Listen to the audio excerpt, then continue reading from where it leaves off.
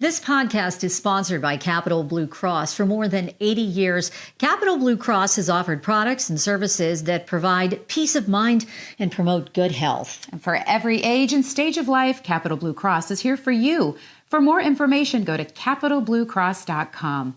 It's the holiday season, and if you are in a blended family, you know that sometimes things can get a little dicey. Or it could all be merry and bright. And this is Chick to Chick. So blended families, it used to be a thing that wasn't a thing. Although I grew up in one and now married, we have one. It can be a little crazy, it can be a little chaotic, but sometimes it can be very, very magical. You know, I consider myself to be in a blended family as well. I'm divorced. I'm not remarried. My ex is, and I consider that to be a blended family. And sometimes things can get really difficult during the holiday season. There can be, you know, the ex wants the kids. This one doesn't want that. This one wants the child for Thanksgiving. This one wants Christmas.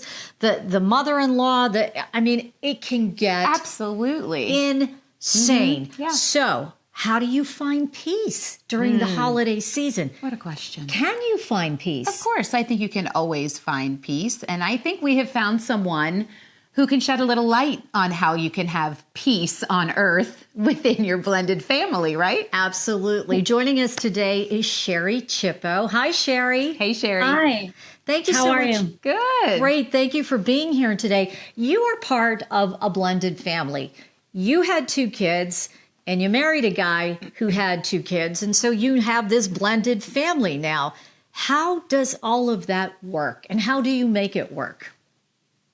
Well, you're right. I think it can be a little bit dicey, but there are 3 things that I think will add to the feedback for your audience. The first thing that I would say is that you really have to leave baggage behind, old baggage. Animosity in prior relationships can just drain energy from a relationship. And so you need to be able to let that go and move on. I'm not saying that you forget about them because you need to really work with them. Some families have actually gone to the point of celebrating together, and we don't do that. But we do respect that each of us, our old families and our new families, want to be able to spend time together and create memories together. And so I think that we need to put that baggage behind us and be able to accept where we're at right now and work together. Yeah, she is right. That was point number 1. And I think that's a great point. And I do say that all the time, the time. You got to let it go. Just let go of the hate, let go of the anger.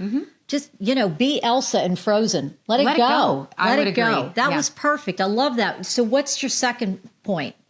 Well, my second point is that we need to respect each other's space. Me and my kids came into this relationship with traditions that were our own.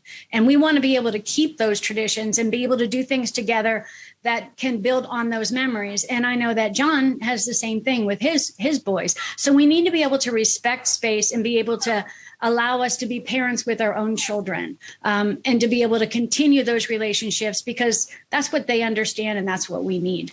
I love that you said that, Sherry, because that's really important. In my situation, married, my stepdaughters were very young when we became this blended family. And one of the things I thought was really important was that there were certain traditions that they held on to with their dad. If they wanted me to be along, great, but I thought that that was really valuable. And I think that it's really important that no one feels like, oh, they're left out or they're not important. So I think it's really wonderful that both of you were able to understand that it's still important that you keep the context of what your family, your little unit was doing while you're bringing it all together. So what were the things that you would do to bring yourselves together as the blended family? Well, we found opportunities or ways to create new memories and new things that we're doing together. One of the things over the holidays that actually we brought into the relationship was we have this little ornament, which is a German tradition, but it's a pickle. And you hide the pickle on the tree, and then the first person to hide it the first one to find it is the one who starts opening the gifts first. My kids love that, and we introduce that, and so we do that every year. Another thing that we do is we do a Secret Santa, so that we exchange all of our names, and that way everybody's in the spirit of giving, and we're learning, or at least focusing on somebody else in the new family for at least a little bit of time as we're shopping for them and focusing just on them. And I think that's been something that everybody's really looked forward to. All right. So you said, let it go. Point number one. Point number two, respect. What's your third point? Well, the third point is that finding ways to create memories together is, what are our combined memories going to be? What are we doing together as a family? Last year for Thanksgiving, we did something way out, and that wasn't last year, it was a year before. We went to Italy as a new family and really created some new memories there. And it took the respect of both of our prior relationships to understand and let us go ahead and do that. Was there ever a point where you felt resistance from the kids? Because I know in my situation, it didn't matter who it was. You know, my son wanted his mom and dad to be together. And so it didn't matter who it was, who I might have been dating or who his father might have been dating.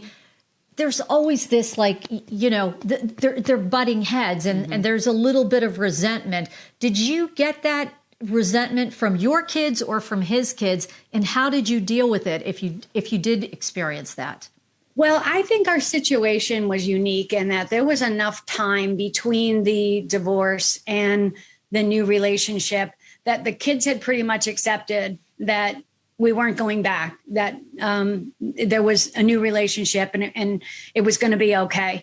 So while early on, right after our divorce, with my kids, at least, I know that there was resistance, that they kept thinking that, well, eventually they'll get back together. But I think they realized after a while that it wasn't going to happen. And so there wasn't the resistance in the new marriage. So maybe that's a piece of advice is that give your family, your little unit, the time and space they need to heal and be able to move on. I'm glad you corrected me. I kept using the word resentment. It wasn't really resentment. It is resistance. And I was searching for that word. So thank you for using, it was the wrong R word. Yeah. No, my question would be, did you and your husband sit down and talk about how you thought the blended situation would work, with holidays? Did you have that discussion going in?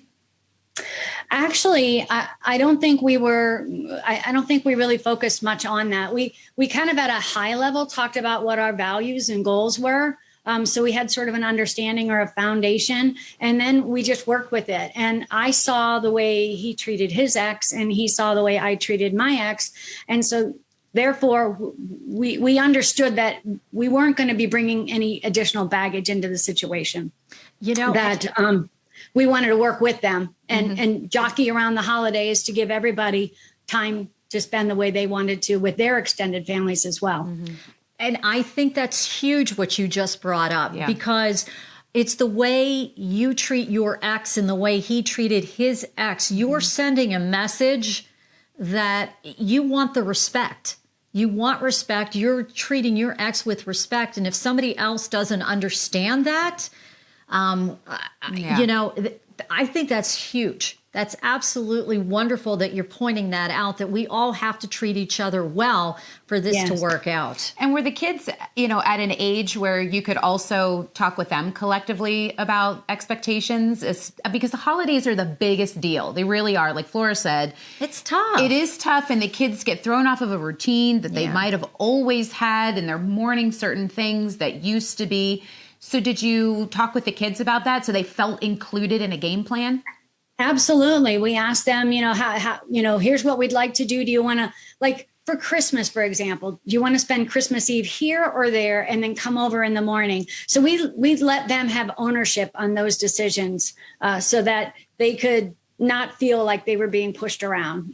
They have traditions over for my kids' sake anyways, they have traditions at their dad's house, and they have, things at mine. And so we were able to work that around just by talking to them and including them in our decisions. The same with John's kids.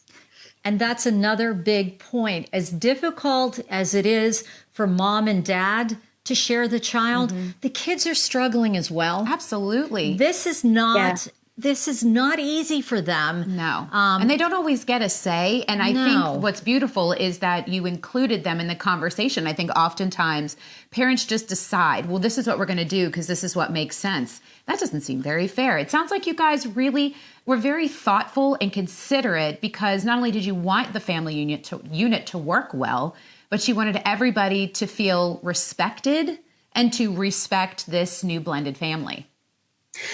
Yes, and we want them to enjoy the time with their other family units as well. That's important. Everybody should be able to enjoy the holidays together. And throughout the year, not just the holidays. Absolutely, absolutely. But as you know, at holiday time, things can get... The wheels fall off. People get they very do. possessive sometimes over what they want, instead of trying to figure out, like, what's going to bring the most peace and happiness all the way around.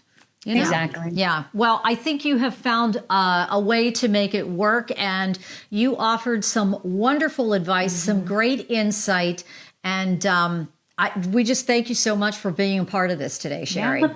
Thank you. Thank you for asking me. I've enjoyed it. Thank you so much.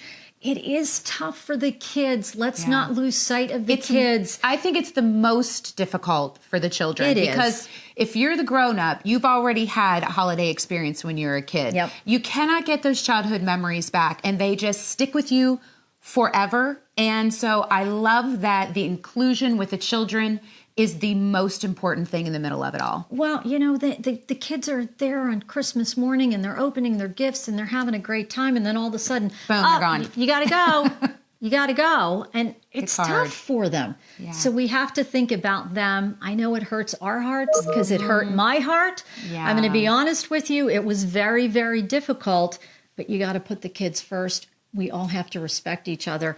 And Yes. please just let go of any... Let it go, let it go. Elsa. Let it go. Let it go. Having said that, we're so glad you're with us today, and we hope you'll come back when we have another topic to chirp about.